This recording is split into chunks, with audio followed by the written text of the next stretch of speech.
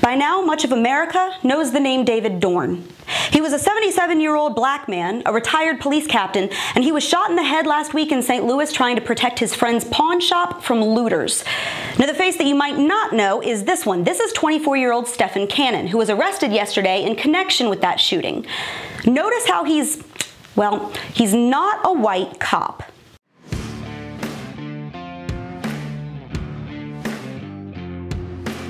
Authorities say they've identified Cannon as Dorn's killer after surveillance footage from that pawn shop showed him as the only person standing on the street corner at the time that Dorn was shot. The video also showed him inside the store before the shooting and then leaving the store with a gun in his hand.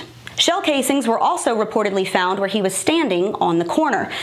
Now, Cannon has been charged with first-degree murder, robbery, and being a felon in possession of a gun, because as shocking as this might sound, this wasn't his first rodeo. He's now being held without bond.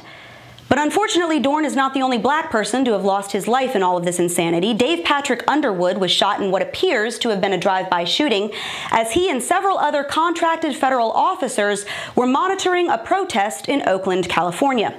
22-year-old Italia Kelly was shot while leaving a protest at a Walmart in Davenport, Iowa. 38-year-old Chris Beatty, a former offensive lineman for Indiana University known as Mr. Indianapolis, he was shot and killed near his apartment as protests erupted across that city. A 21-year-old man was killed in downtown Detroit after someone fired shots into a vehicle during a protest there. More black people have died in the unrest of this past week than were lost in the incident that sparked the whole thing. Now, someone please tell me how in the world that makes sense, because this argument isn't adding up. So you're mad that a black life was lost, so everyone loses their minds and freaks out in the street. Now all 5 of these people are dead. 5. That's more than half the number of unarmed black men who were shot by police last year. True story. Only 9 unarmed black men were shot by police last year compared to 19 white men. Of the roughly 1,000 people killed by police every year, less than 4% involve a white cop and an unarmed black man. If you are buying into this narrative that innocent black Americans are being systemically murdered by the police, you can scream that in the streets all day long, but the stats don't back that up. They just don't.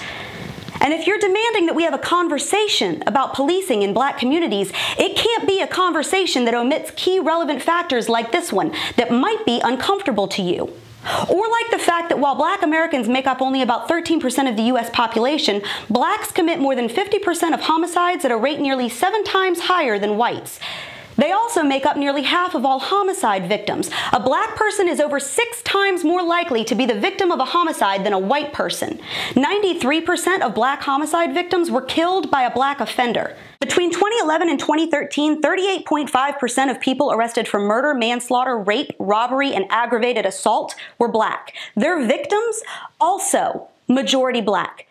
It doesn't take a rocket scientist to understand that much of this stems from the crippling poverty, fatherlessness, substance abuse, and failed education system that pervades many black communities in our urban areas. Areas largely controlled by Democrats. And problems that painting Black Lives Matter on the street sure as heck isn't gonna fix.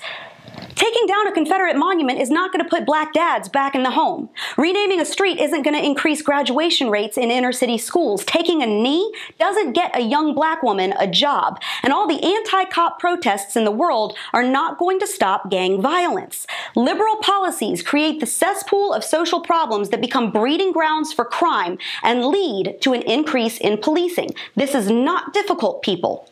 If you really want to have this conversation, let's have it, but let's have it honestly. If you're really serious about affecting change and making life better for black Americans, you have got to be willing to discuss more than just police brutality. You've got to be able to think deeper than just scrawling "defund the police" on a cardboard sign. And if you're going to say that Black Lives Matter, then they all have to matter. Child victims of gang violence have to matter. Chicago shooting victims have to matter. David Dorn and Italia Kelly and Dave Underwood have to matter just as much as George Floyd did. They can't only matter when they're killed by a white cop. And that's your Reality Check, America. Make sure you subscribe to our YouTube page, that you like us on Facebook and Twitter, and stay sane out there.